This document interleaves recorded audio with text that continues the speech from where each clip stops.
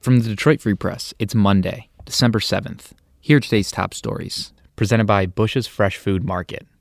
Calling all foodies, Bush's is hiring. Are you passionate about food, looking for growth, development, and excellent wages? Come grow with Bush's and apply online at bush's.com/join our team. That's Bush's, BUSCHS.com/join our team. For the Detroit Free Press, I'm Kerry Jr. II. This month, an FDA advisory committee is scheduled to meet and potentially approve 2 vaccine candidates. This could result in a vaccine release before the end of the year.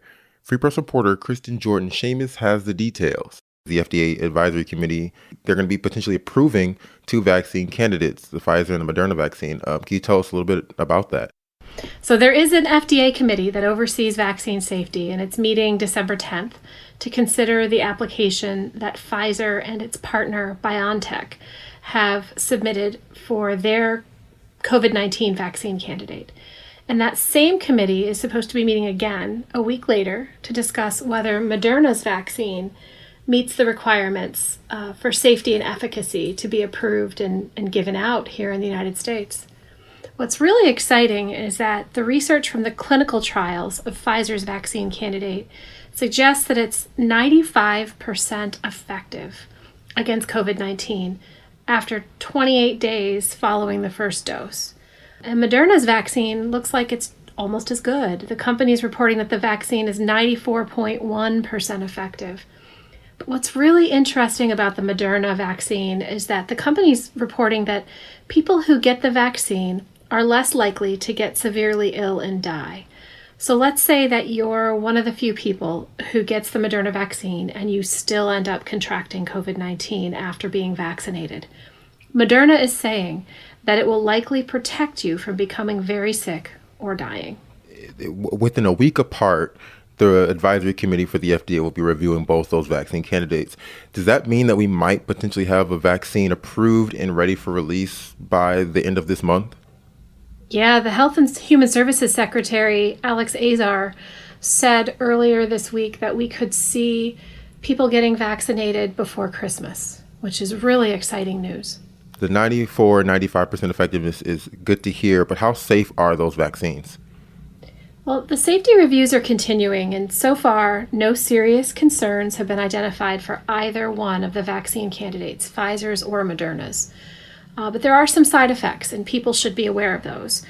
Those side effects that have been reported in the people who've gotten the vaccine are, injection site pain or redness. People have been reporting fevers, fatigue, muscle and joint aches, and headaches, but they're really short-term and temporary.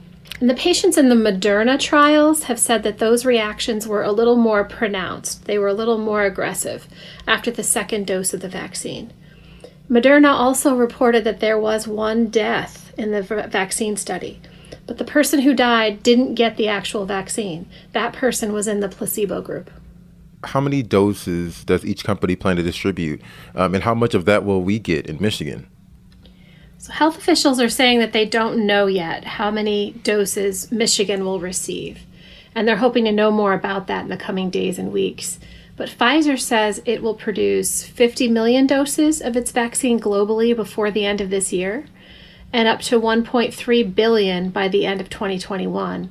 And Moderna is also scaling up its manufacturing, and it hopes to deliver between 500 million and 1 billion doses a year beginning in 2021.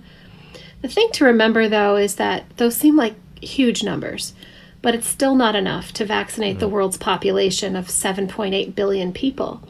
So that means that doses have to be distributed using priorities that federal and state governments create. And we also have to keep in mind that both of those vaccines require each person to get 2 doses. How will the vaccine then be distributed to the public? Who's top priority? Sure. So the CDC just came together this week and came up with a list of priorities for who should get the vaccine first. And the top priority is healthcare workers, followed by people who live in long-term care facilities like nursing homes. And the Michigan Department of Health and Human Services has also drafted a plan that it submitted to CDC about how it would distribute the vaccine following some of those CDC guidelines. So those are the first people who are likely to get vaccinated here in Michigan. And then after that, they'll expand it out to other people who live and work or are at high risk of severe illness or death from COVID-19. They'll be vaccinated first. Free Press reporter Kristen Jordan-Shamus, thank you, as always, for the update on vaccines. Thanks so much. Take care. Michigan will get federal help to distribute the coronavirus vaccine once it becomes available.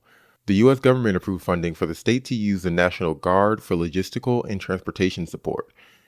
Michigan can use the Guard through March 31st. Here are the latest coronavirus cases.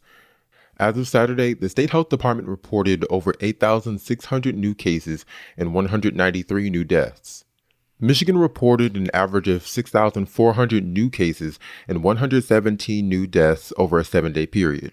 In total, the state has reported over 395,000 cases and 9,800 deaths since March.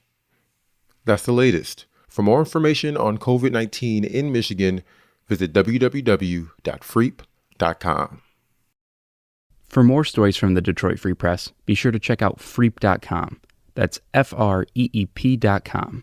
If you're a fan and want to support our quality local journalism, subscribe. Go to freep.com/special offer.